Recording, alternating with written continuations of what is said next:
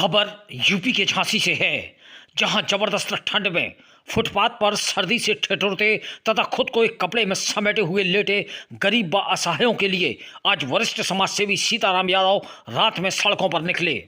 अपने साथ युवा कार्यकर्ताओं को लेकर वरिष्ठ समाजसेवी सीताराम यादव ने इन गरीबों व असहायों को न केवल गर्म कंबल ओढ़ाए बल्कि उन्हें भोजन वितरण भी किया। रात्रि लगभग 9:30 बजे चित्रा चौराहे पर अपनी टीम के साथ पहुंचे वरिष्ठ समाजसेवी सीताराम यादव ने चित्रा चौराहे से लेकर स्टेशन तक सड़क के दोनों तरफ फुटपाथ पर जबरदस्त ठंड में ठिठुरते गरीबों तथा असहायों को कंबल ओढ़ाए। इस दौरान उन्होंने कई दिव्यांगों के पास जाकर भी कंबल वितरित किए। लगभग 2 घंटे तक 80 से ज़्यादा गरीबों तथा असहायों को गर्म कंबल, शॉल तथा भोजन के पैकेट वितरण करने के बाद सीताराम यादव ने कहा कि प्रत्येक मनुष्य को 84 लाख योनियों के बाद मानव शरीर मिलता है। इस मानव जीवन में प्रत्येक व्यक्ति अपने खुद का जीवन यापन करने के लिए हर संभव कोशिश करता है, लेकिन मानव जीवन होने के नाते प्रत्येक व्यक्ति के अंदर मानवता भी जीवित होनी चाहिए।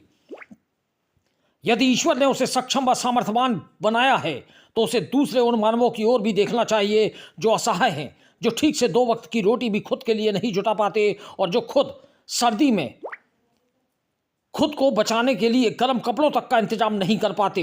हमारा उद्देश्य कोई राजनीतिक नहीं है, बल्कि हमारा उद्देश्य है कि प्रत्येक व्यक्ति ऐसे कार्यों से प्रेरणा लेकर आगे आए और संपूर्ण मानवता की सेवा कर अपने अंदर की इंसानियत को साबित करे, ताकि इंसान इंसान में कोई भेदभाव न रह जाए। उन्होंने कहा कि दान के 3 प्रकारों में गरीबों तथा असहायों की सहायता करना सर्वोत्तम दान होता है। यह खुद उनकी माता जी ने अपने जीवित रहते हुए उन्हें शिक्षा दी थी और इसी शिक्षा पर चलते हुए वे लगातार इसका अनुपालन कर रहे हैं और जीवन के अंतिम क्षणों तक करते रहेंगे। बताते चलें कि वरिष्ठ समाजसेवी सीताराम यादव कांग्रेस पिछड़ा वर्ग के प्रदेश उपाध्यक्ष भी हैं। इस दौरान उनके साथ धर्मेंद्र यादव, ऋषभ भास्कर, मनोज ठेकेदार, रानू विश्वकर्मा, बल्लू चाचा, सत्यम सेन, रवि ठेकेदार, मुकेश, मोहन सिंह यादव ठेकेदार व सोनी जी आदि मौजूद रहे। झांसी से दीप न्यूज के लिए दीपक चंदेल की रिपोर्ट। हमारी माता जी ने एक चीज़ सिखाई ज़िंदगी में हमें कि सबसे पहले तो एक चौपाई हम कहते हैं, बहुत अच्छा जीवन में हर प्राणी का एक सार है इस चौपाई में कि बड़े भाग मानुष तन पावा, सुर दुर्लभ सत ग्रंथन घावा। बड़े भाग से ये सुंदर शरीर दिया भगवान ने, परमात्मा ने, और 84 लाख योनि है और 84 लाख योनि में ये नर शरीर मिला। और नर शरीर प्राप्त करने के बाद अपन को भगवान ने छोटा मोटा सामर्थ्यवान बनाया ठाकुर जी ने, तो अपने मन में भावना दया होनी चाहिए। कृष्ण भगवान गीता में कहते हैं कि जीव दया तो मम दया, कृष्ण 100 बार कह रहे। मनुष्य शरीर प्राप्त करने के बाद अपने हृदय में भावना होनी चाहिए दया की, और दया की भावना रहती है तो भगवान अपने साथ में अपना साथ देता है। तो हमारे मन में प्रेरणा ये हुई, हम आपको हृदय की बात बताएं कि बहुत समय की बात है, हमारे यहाँ आटा पिस के आता था, तो माता जी क्या करती थी कि जब कनस्तर में आटा पिस के आए तो एक चुटकी छोटी सी मटकिया में डाल देती थी। तो हम अपनी माता जी से कहते थे कि ये क्या कर रही?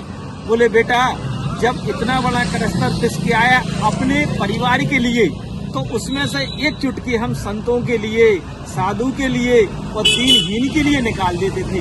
तो हम उस टाइम पर शायद 10-12 साल के होंगे या 8-10 साल के होंगे। तो हमारी माता जी ने ये सिखाया। तो हमारे जीवन में अब कुछ समय पहले हमारी माता जी तो चली गई इस परलोक में, लेकिन जीवन में उनने हमें प्रेरणा देती हैं पल पल पे कि बेटा हो, ये नर शरीर है, आज तुम्हारे पास शरीर है, धन है, सब चीजें भगवान ठाकुर जी ने दी हैं, लेकिन आगे चल के स्थायी नहीं है ये चीज। इन चीजों का परिवर्तन होना है और इस समय के हिसाब से अपन समय के हिसाब से इन सब चीजों को सदुपयोग कर लो। धन की 3 गति है, धन की 3 गति है, भोग, दान और विनाश। अपन छोटा मोटा जीवन यापन भोग में कर लो, छोटा मोटा जो भी बचे अपन दान कर लो, और लास्ट में उसका विनाश होता है संपत्ति का। तो जीवन अपन को मनुष्य का मिला है, तो ना तो हम अपना राजनीतिक में कोई ये दिखाना चाह रहे कि हम इसको बांटेंगे राजनीतिक। भैया हम राजनीतिक नहीं जानते करना ना, हमें राजनीतिक से कोई वास्ता है।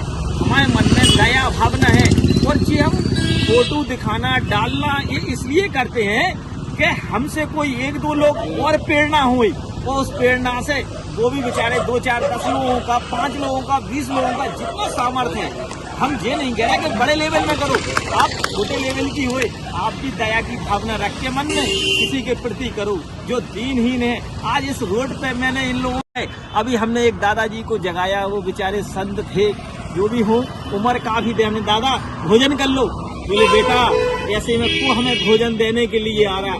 बोले हमने कहा दादा आप ये भोजन ले लो। जब उन्हें पकड़ा डिब्बा तो उनके मन में जी आया, अरे बोले पसंद आया। बोले बेटा हम भूखे थे, तुमने बहुत अच्छा काम किया, ये हमें ले आए बेटा।